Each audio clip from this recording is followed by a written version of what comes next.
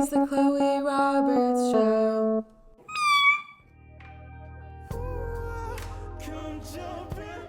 Your latest releases, how would you describe them? Well, originally I wrote the ballad version for this like undisclosed J-pop group that I shouldn't give a name, Okay. but See, that's enough tea for me. I love that. But maybe word. not if it didn't work out. I mean, the people that I wrote it for really liked it, but ultimately it was not chosen Hmm. from the group. Yeah, I shared it around a few music friends, and they were like, "This has to be an Ehiorobo song."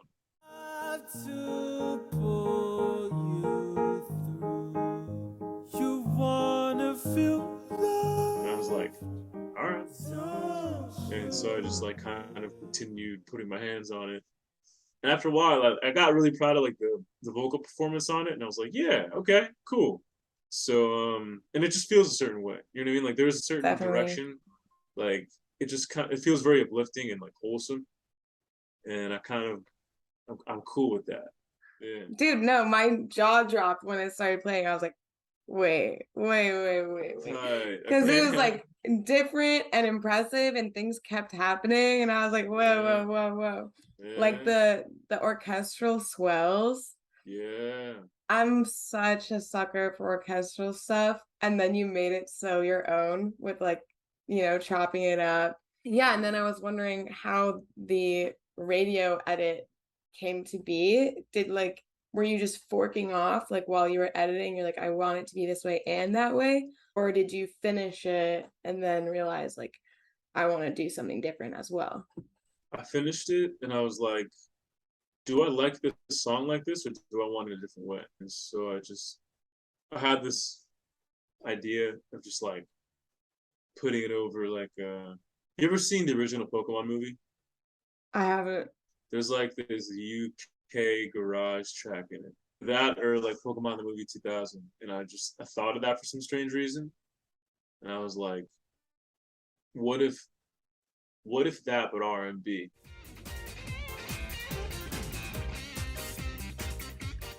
The song is 3/4 waltz, so it's like kind of hard to just like put it there, you know? So I kind of had to like just Not think of quite. Wait, 3/4 waltz would be like a timing thing.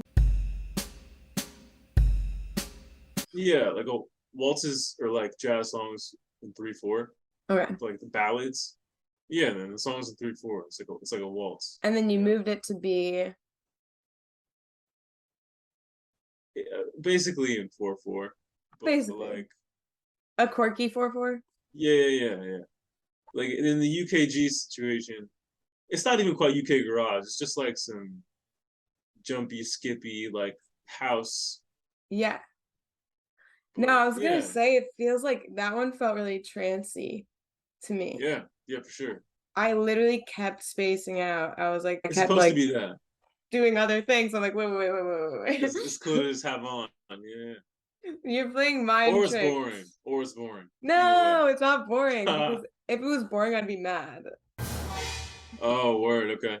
That's making a lot of sense in like the origin story of it because like it does sound so like you, but also different. Like I feel like a lot of the times I write things that are very specific. Like here's Ehi. This time I'm writing from the perspective of like just making a song. The presentation is like it's very me. That's when it becomes you. That makes sense. Your latest album, like Jolt Jacket, for me, it almost felt like a meeting in the middle of Ehiorobo and Czar of Gamble.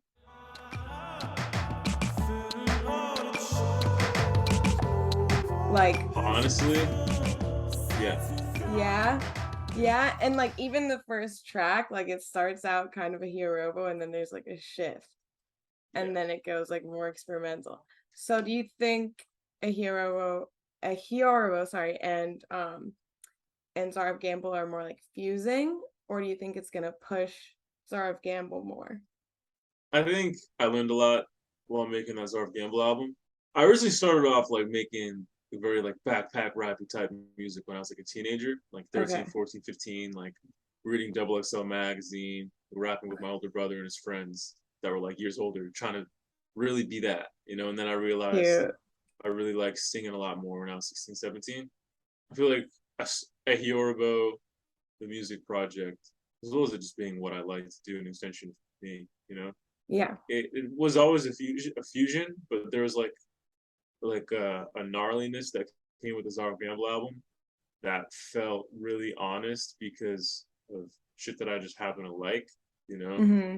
But I always felt like I had to not portray because I was making this really sweet, warm thing. But that after a while, they didn't feel honest because I was starting to grow and have different experiences. Yeah. Um, whether they be like reflective or tumultuous or whatever. And I just felt I wanted to hear different kinds of sounds or just tap into different things.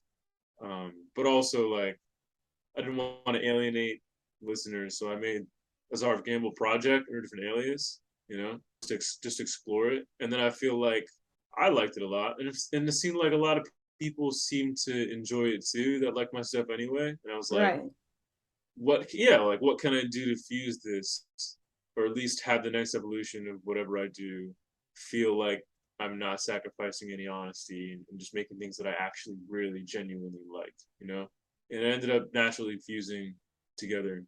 But yeah, there's definitely I wanted to go like noise, alt, R&B, but still really pretty, you know? Yo. All And right. like, I think you hit it if that yeah, means anything to you. That sweet, definitely sounds like what it is. thanks. Then with like your evolution ongoing, yeah, do you think it's reminding me of fashion, honestly? Like me and Hmm. my friends were just talking about how if I pull like a really masculine look and then if I wear a mini dress, it really like reads as different, personas to people who just see me in the one outfit. But like that's all me. Like I made all those choices Right, and I yeah, like yeah. all those choices. So if having an alias, having a few musical personas is like that, then do you continue to give some people the mini dress and some people the baggy tee, or do I you feel you. show everybody everything? And is that what Ehiorobo is becoming? Just like you. Becoming that, just showing everyone everything. I Okay. mean, even you saying it like that is exactly how I would put it. Like if you like my music and if you like what I do, first of all, I'm lucky to have you around if you like it. And if that's the case, why don't you really follow and check out what I'm doing? Yeah, instead of me trying to pander to things that you specifically like, why don't you trust that maybe I can introduce you to something that you didn't realize you liked?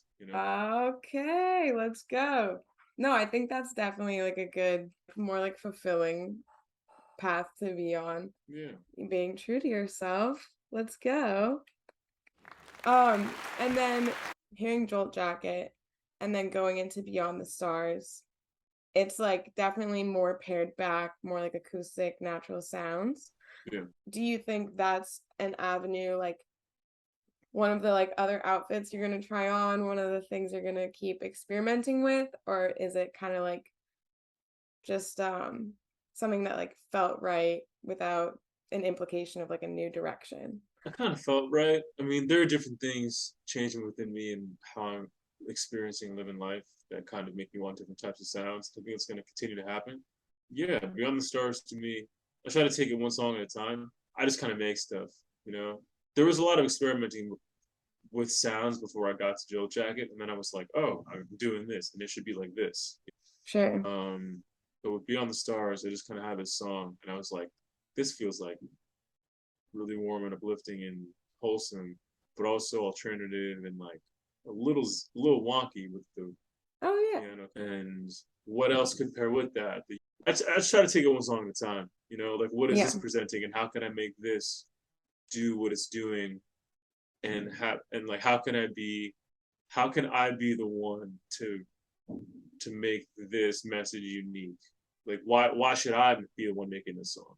And then just try to make it happen. But ultimately, like what I do influences what I want to do next. Because I learned based off of experience. Yeah, yeah. Yeah, I'm still getting a grip on what it is that the next Ehiorobo project will be, and I say that because I have so many whips, but I don't want to roll with it too fast, just Okay. because Jolt Jacket took so long, you know.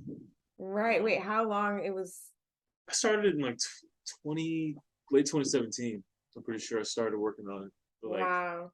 the next record I have is with my friend Flaming Ghosts. Okay.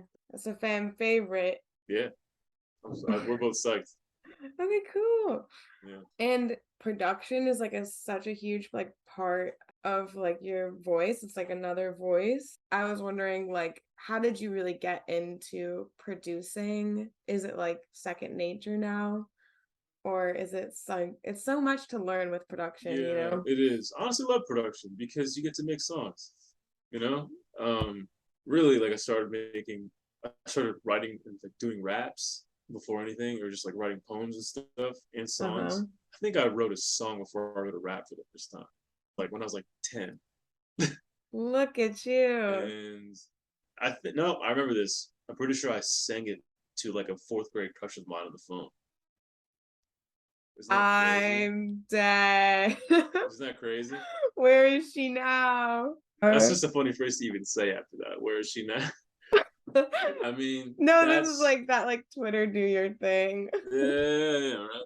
Yeah, I've just been writing. I like to write. I like to write songs and stuff, Yeah. you know. But production happened.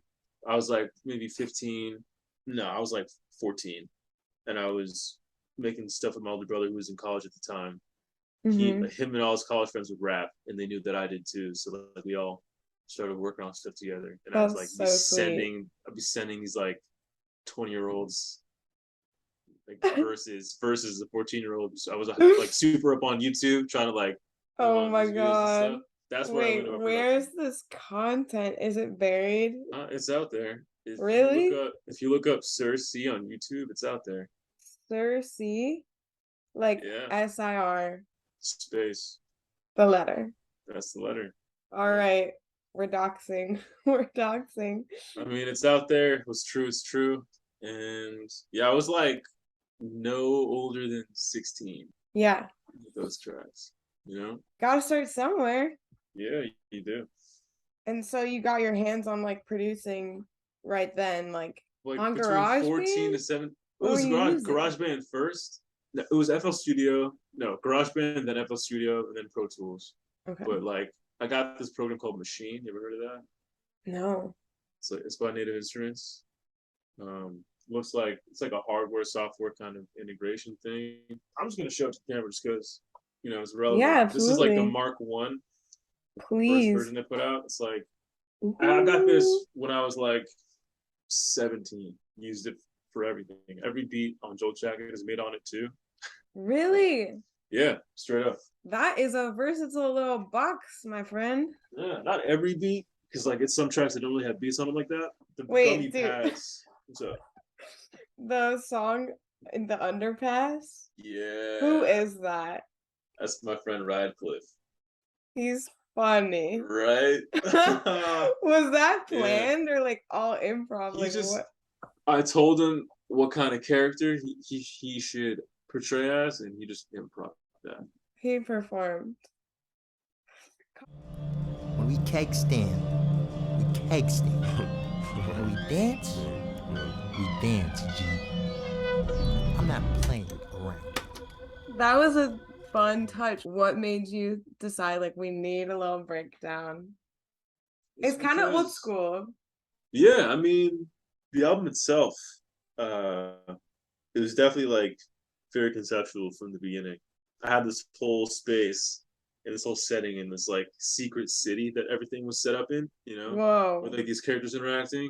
But like after a point, I was like, I gotta just focus on these songs because I really enjoyed so many of the individual songs that I didn't want the narrative to overshadow the songs, So I like dwindled. I didn't dwindle them down. I just said like what interludes feel like good introductions or like outros to the songs. The Underpass just kind of has like after Fusion Bazooka, it just kind of like makes everything very casual, you know, Sure.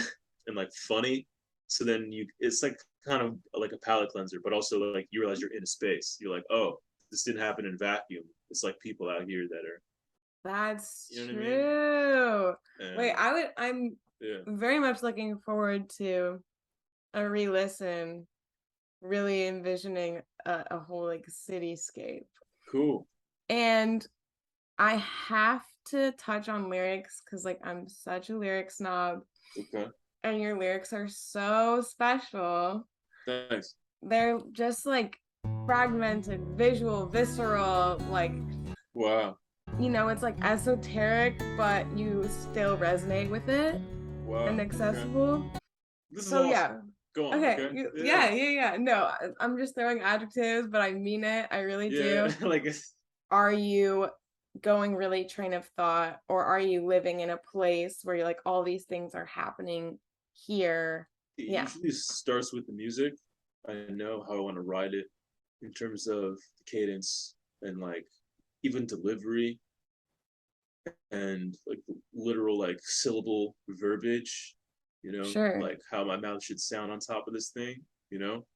And then like Got you. after dancing around with that, I figure out words or concepts that should pair well with like the color of the instrumental and like how it feels.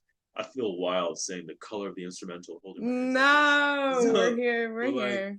yeah, with writing, I always felt like with these songs, we're trying to explain emotion, and I don't want to explain things that are easy to explain, you know? True. Like, Fair enough. so the esoteric kind of like not on the nose mixed with the very direct and the imagery all trying to paint a specific picture that's like telling you a story without giving you this, then this, then this, then this happened. It's Yeah. more so giving you a space and a sequence of events. I mean, some songs are different, more different than others, where like there is a sequence, like, yeah, it depends on the track.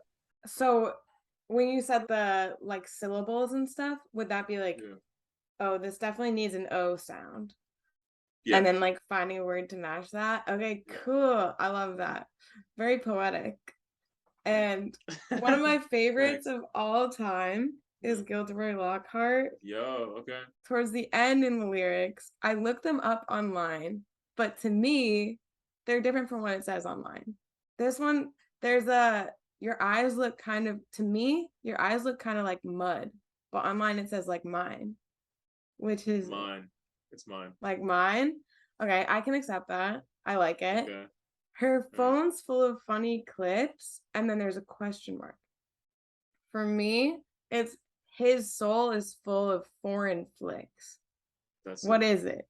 His soul's full of foreign flicks. Let's go. It says farm online. It says farm flicks. What is a That's farm wild. flick? I don't know what that is. I don't want to know what that is. Maybe I do. I don't.